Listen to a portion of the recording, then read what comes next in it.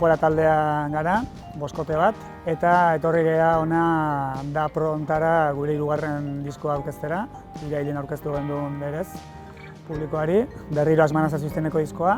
Guk egin dugun saiotxea 10 minutuko saioa izan da bi kantu jo, ez gure formazioan, boskote bat gera eta bik ezin zuten etorri, beraz hirukotean akustikon jo ditugu.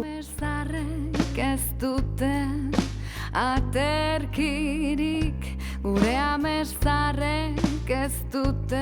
Disko hau aurkeztu dugu, Kutsiazu kantatzen Isabel. Kutsiazu bidea Isabel musikalaren diskoa da. Badakizue liburua oso ezaguna dena, Josean Sagastizabalena. Eta hemen aurkeztu dugu gaur, Demode Kuartet taldekide batzuk, 3 etorri gara. Eta gureak direlako kantuak eta gure proiektua delako. Gure zuzendaria Patxi Barko ere etorri da gurekin eta noski Maria Arredondo eta Xanti Gorkostegi gure protagonistak. Isabel eta Juan Martín Euskaldun Berria. Programatzaile moduan oso aukera interesgarria da pro honetan parte hartzea.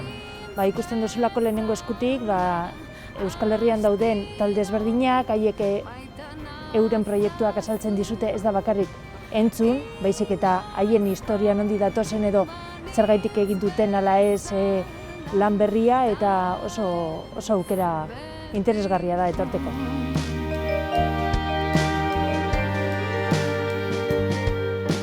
Dapro horretan parte hartzeak guretzat asko laguntzen digu, askoz gehiago zabaltzen da.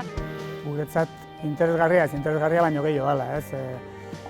Nik uste diru laguntzaik hoberena ez da diru laguntza bat ordezkatu dezakena musikari batentzat zuzenekoak izatea, ez? Orduan, zuzenekoak mugitu eta ateratzeko eta dan edozein diru laguntza, edozein proiektu, edozein proposamen, nik uste benetan interesgarria dela, ez?